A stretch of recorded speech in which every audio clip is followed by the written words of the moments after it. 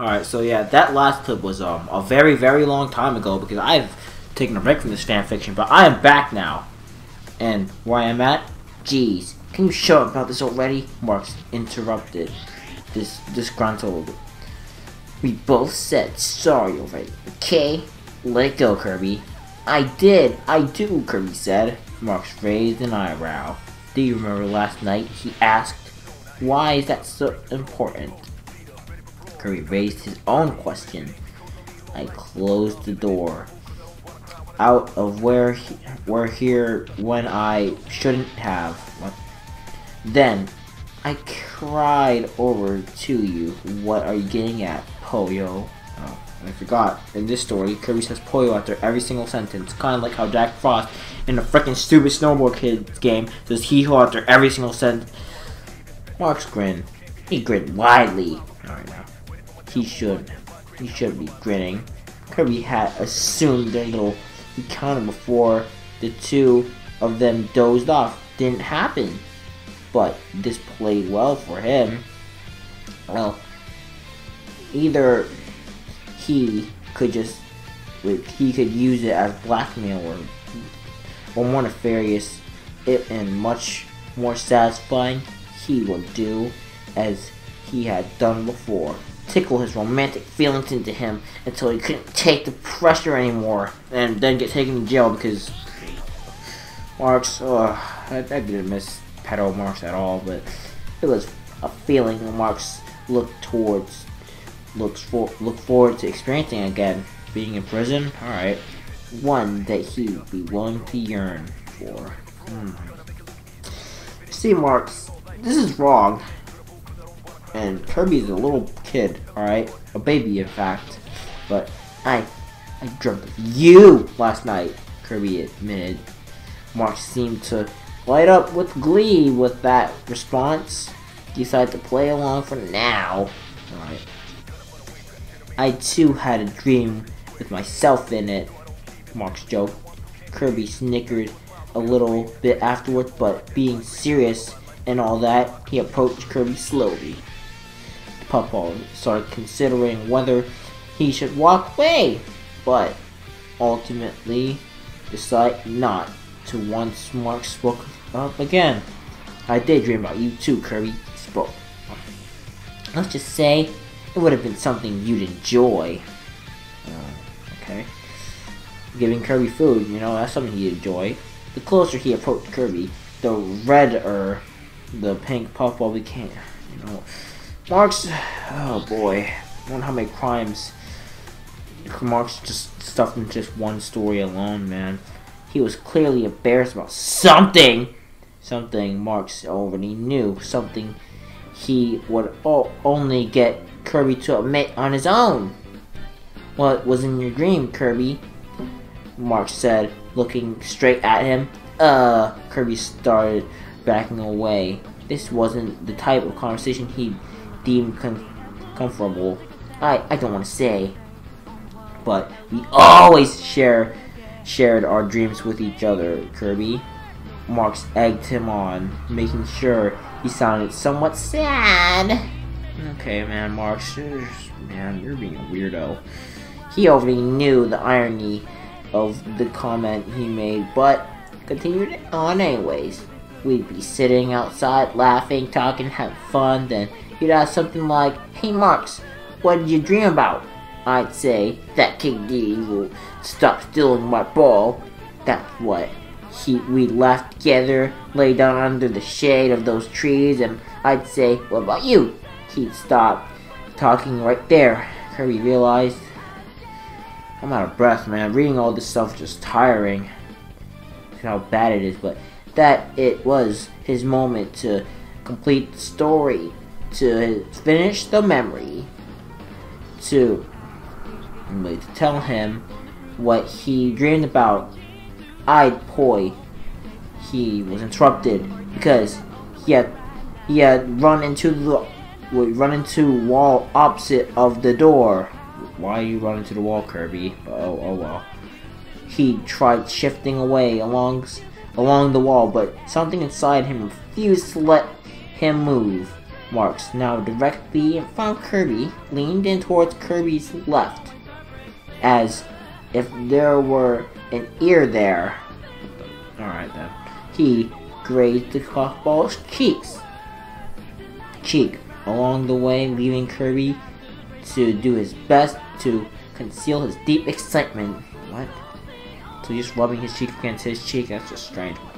Oh, man, Marx. What did you say, Kirby? Marx whispered. Kirby gulped. He then suddenly thought of a way out without I forgot how big these words were. Compromising. Wait, actually, did that say that? I don't care. Too many details. He remembered having given this answer before. It was during the last time they ever spoke of their dreams and desires with each other. The last time before Marx got corrupted by Nova. As such, it didn't make it any easier to say heck, he thought, revealing what he had been dreaming all this time would be easier than reciting this. But alas, he had no other option. I said, he began, I dreamed of our connection, Marx, of everything that has happened lately, Pollo. I don't want this to end. What to end? My life? Oh, I most certainly want that to end. I don't want any of this to end, Pollo. He was whimpering by the end of it. Okay then. Marx finally backed off, his prodding finished for the time being, stepping a few steps away from the puffball, but remaining in front of him. Although this wasn't what he wanted Kirby to admit. Okay then. It was a response he had expected and was satisfied with all the same. At least he put some effort into covering himself up, and a pretty good one at that. Alright, that's all I need to hear, he said, followed by Kirby visibly being overwhelmed with relief. But in the meantime, he continued, we still need to find our way out of here. I think you could have done that, weeks ago instead of freaking being a pedophile to Kirby, but we've already used up a lot of time, I think. Truth be told, Marx had only been assuming that today had been the day after he and Kirby first woke up in this cell of a room. Okay, man.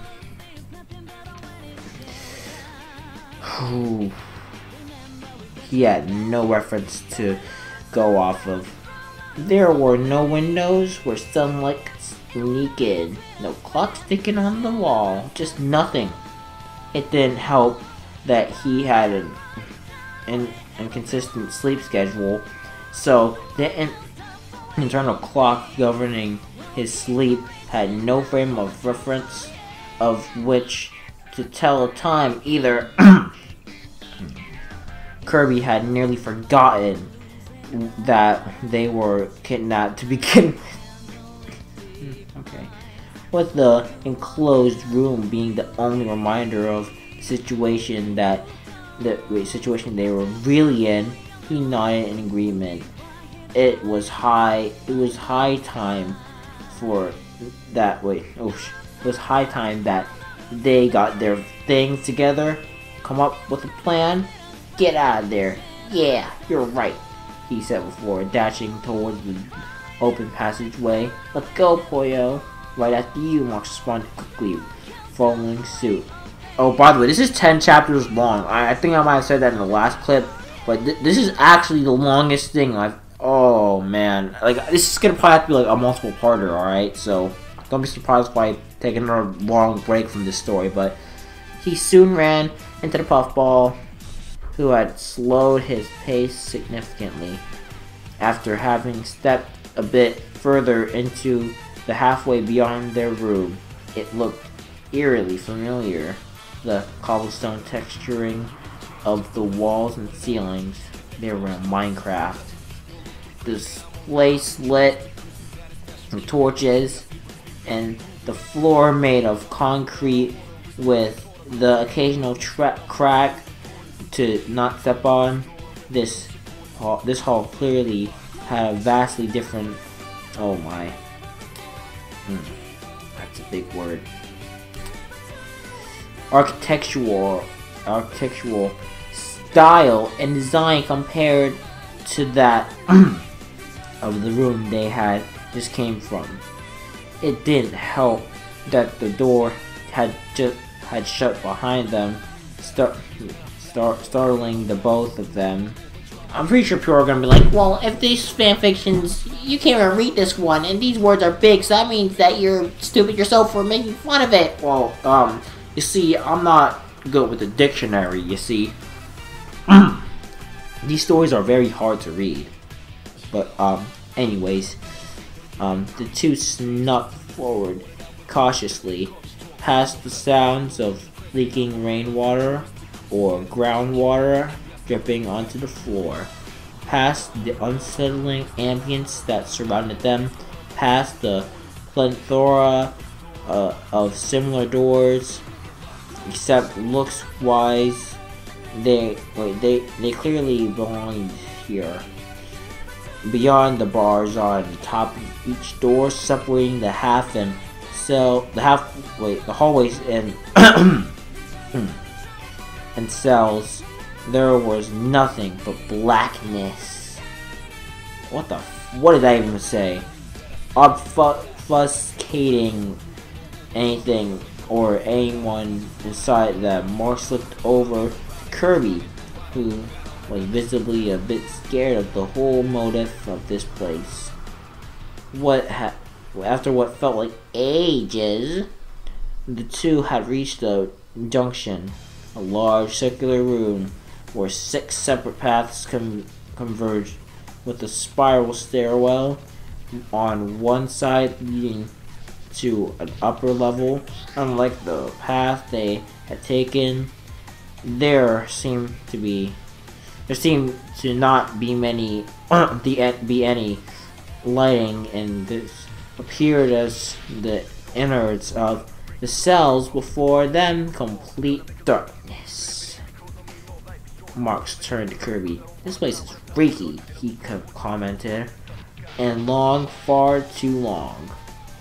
When looked around the new room, Kirby stopped in his tracks when his eye caught sight of something that made him extremely angry. Marx would have been confused and looked outside, was being loud again. That's cool. Anyways, and asked what was going on if he hadn't noticed it around the same time. On the wall was located with insomnia, a very familiar insomnia. The insomnia of continuity! Marx said, puzzled. What reason would he have to? He stopped short as Kirby, filled with a new sudden burst of rage, dashed his way towards the stairs and started swiftly climbing up them. Wait, Kirby! Stupid DDD. He's always doing things like this. But now he's gone too far for you. Oh man. Yeah, this is a regular basis where freaking King Diddy just kidnaps Kirby a lot, you know. Anyways, the Star Warrior exclaimed. This is why he recognized his place. It was King Diddy's dungeon of undeeds. Okay, now. He just didn't notice it for like weeks upon weeks, and now all of a sudden he notices he's seen a picture of King Dedede in there. Okay. A dungeon beneath his castle. He was quite familiar with Dedede's antics by now, especially those when relating to himself. They've been decent friends since Nightmare had been destroyed, but the Penguin King had never stopped his prior habit of breaking the unsuspecting public. Yeah, I know, that's a great pain, just kidnapping your friend. I do that on a regular basis too, you know, in the meanest ways possible. whether it be out of jealousy, ignorance, idiocy, or an unfounded fear that Kirby was as powerful as he was would usurp his throne. I don't think Kirby would do that, you know. But that last claim was utterly ridiculous. It really was. But Kirby had neither the desire nor expertise to govern a state legitimately or not. This prank, though, how sweet vengeance would be his soon. I don't think Kirby really cared about revenge and stuff, but anyways, except not really. Upon reaching the top of the stairs leading to the base floor of the tower, Kirby was shocked to realize that instead of entering one of the corridors within Deity's castle, he had arrived at his own living room? What? His mind quickly calmed itself down as a new state of dread and confusion took over. This didn't make any sense. How is this even possible? Did someone really have that much time on their hands while obstructing the two of them? Upon catching up to the puffball, Marx started looking around. Kirby, why are we at your house? He asked. I don't know, Pollo. Kirby yelled back, nearly knocking Marx over. The sudden raised amplitude of his voice. Jeez, Kirby, Marx said, disgruntled. What was that for? I don't know. Nothing makes any sense. He began to panic, starting to pace all over the place and speak very quickly.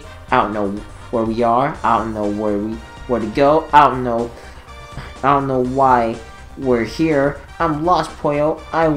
Who's doing this to us? I would yell that, but you know, I don't feel like it. I'm sick, so I don't want to lose any more of my voice. But he yelled at the top of his lungs. Who and why? Kirby, you need to calm down. Calm down? Boy, you can't calm down in a situation like this. We're trapped in some collection of a bunch of random places. And while we're down here, someone might be causing a ruckus in Dreamland. Or Kirby, shut up! This isn't like you! The puffball looked up at his friend. What? Okay.